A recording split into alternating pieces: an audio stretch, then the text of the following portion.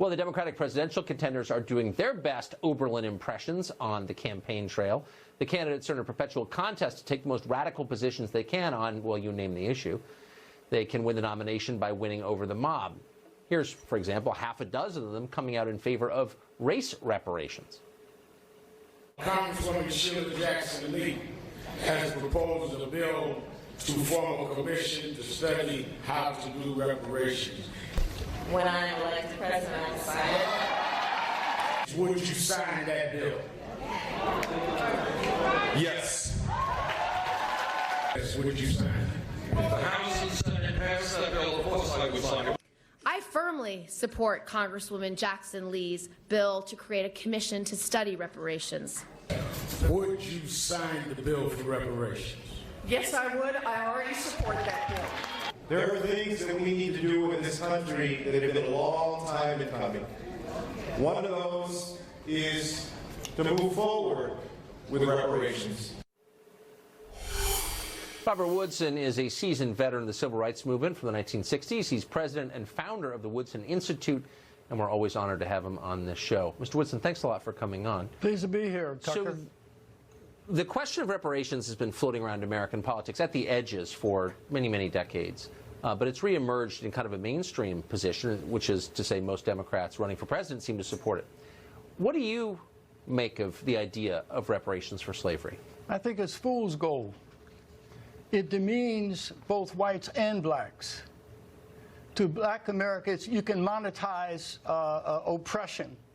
Also, what it does, the message to black America is somehow your destiny is determined by what white people do, what white people give you, and not what you're able to do for yourself.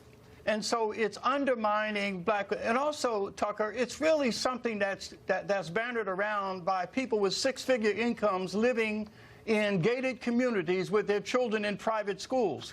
When you go into St. Louis, and I was there this weekend, where there are 19 people shot and killed over the weekend, they're not talking about reparations as an answer to that challenge all over the country. So I just think that it's virtue signaling for white candidates and for some white guilty people.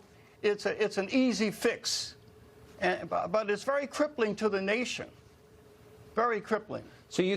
So I mean, hypothetically, if we were to get it tomorrow, some reparations scheme, do you think that there would be fewer shootings in St. Louis or Chicago or Baltimore?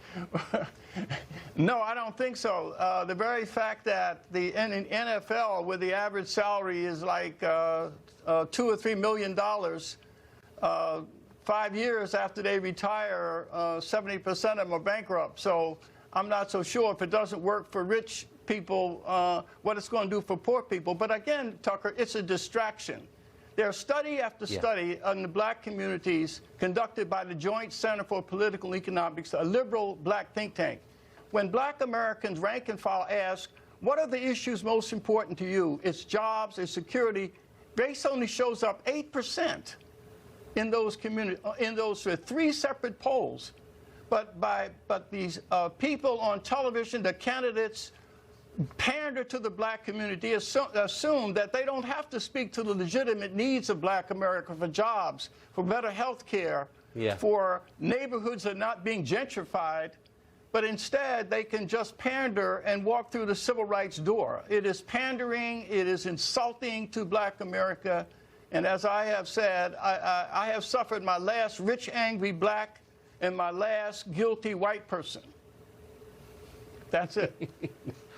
I don't think I've heard it as powerfully expressed as you just did, Mr. Woodson. Thank you very much for joining us tonight. Thank you.